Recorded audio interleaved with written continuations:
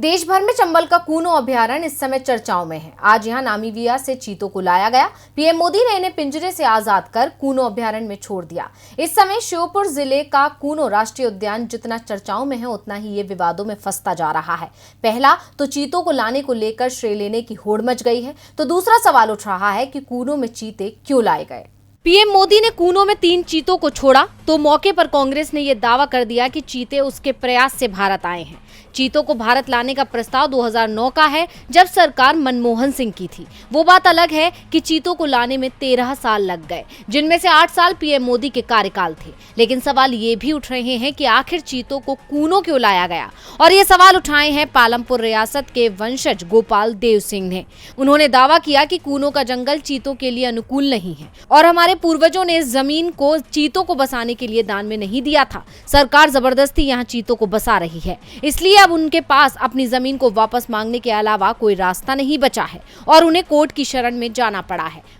गोपाल देव सिंह ने दावा किया कि उनके पूर्वज ने अपना किला और जमीन कूनो पालपुर अभयारण्य में बब्बर शेरों को बसाने के लिए दी थी, लेकिन अब कूनो पालपुर अभयारण्य में शेरों की जगह चीतों को बसाया जा रहा है। राजघराने ने जमीन कूनो पालपुर सेंचुरी के लिए दी थी, लेकिन इस पर अब सरकार और प्रशासन ने कब्जा कर लिया है। इसे लेकर अब पालपुर राजघराने ने श्योपुर जिले के विजयपुर अतिरिक्त सत्र न्यायालय में याचिका दायर कर दी है, जिसमें कहा गया है कि प्रशासन ने ग्वालियर हाईकोर्ट के आदेश की अवमानना की है, इसलिए कूनो नेशनल पार्क की अधिग्रहण जमीन और राज परिवार का किला उन्हें वापस दिलाया जाए। इस याचिका पर अगली सुनवाई 19 सितंबर को विजयपुर एडीजे कोर्ट में होगी। कूनो में छोड़े गए ये चीते शुक्रवार शाम 5 बजे भारतीय वन्य प्राणी संस्थान के डीन YS झाला के नेतृत्व में विशेष विमान B747 से नामीबिया से ग्वालियर के एयरपोर्ट के लिए उड़ान भरी।